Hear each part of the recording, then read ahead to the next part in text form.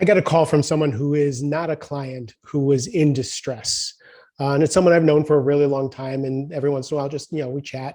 And they said, Mark, my brain is driving me absolutely crazy. I can't stand it anymore. I'm depressed. I'm anxious. I'm so angry. I just don't know what to do. How do you stop all this? And I said, did you read the book I sent you? I sent him Awareness by Anthony DeMello. And he says, no, I can't find it. I said, well, I took the time to go buy the book and send it to you. You didn't read it? No. Did you watch any of the videos I sent you? No. So, okay, so here's the deal, dude. If you want what I have, you'll do what I do. If you want what I have, you'll do what I do. And I don't mean that to be pompous. That could sound pretty uppity there. But for me, my friend Tony Benici once said, we were talking about spirituality, and he's a Zen master. His dad is a Zen master. His mom is a Zen master, and they're my Dharma family at this point. But back then, Tony said, if you really want to delve into this spirituality, I have a book for you, and it happened to be the book written by his father, Boundless Intimacy. So he sent me the book, and the book weighs 10 pounds. It's huge, and I read the book. And I've read the book 2.5 times, maybe 3 times now. But I read the book, and I read a chapter every morning, a couple pages every morning, and I meditated on it, and I spent time with it. And he said, Mark, most people I send this book to don't read it, right? But I read that book. Steve Hardison, the ultimate coach, a world famous coach, talked about this book called The Way of Mastery to his clients. He gives it to his clients.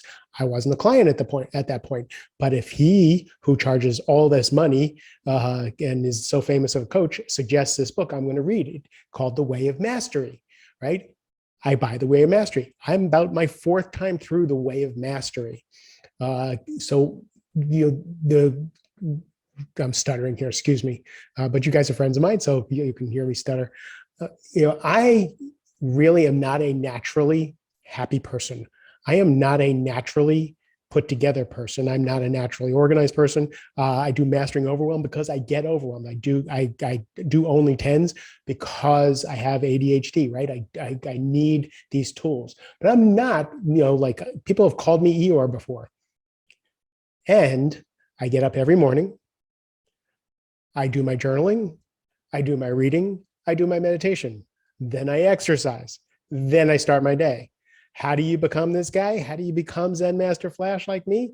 I'm really tongue in cheek here, but I'm a happy guy. I am a joyous human being. I create amazing things in the world, way more than I ever should have.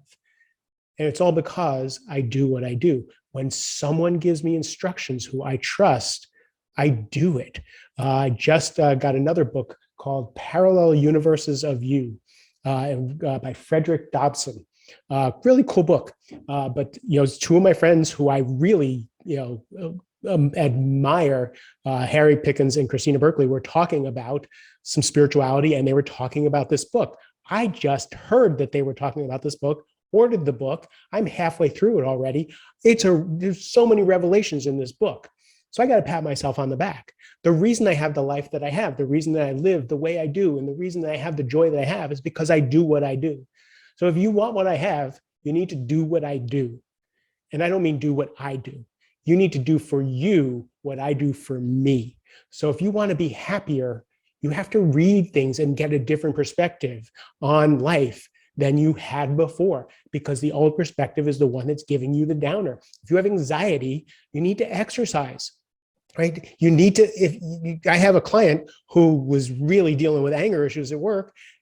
And I said, look, dude, if you don't exercise, you're an athlete. You're actually a former professional athlete. If you don't exercise, you're not going to have the space to be calm at work. So jacks are better to be in this game. Exercise first, then we'll talk about ways of playing whack-a-mole with your behaviors, but let's get that energy out.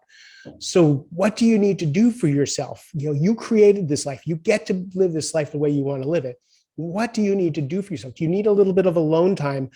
Do you need, when you come home from work, do you need a little time to decompress? Do you need yoga time? What do you need to be your best? Do you need a round of golf on Sunday? I don't think that makes you a bad husband or father if you or wife or mother. I don't want to be sexist here. If you want to play golf on Sunday, just play a round of golf and then come home and be with your family. What do you need to be at your best? If you want what I have, do what I do. Do what you do for you. And if you need suggestions, I am a text or an email away. I'm happy to help. I love you a ton. Have a great rest of the day.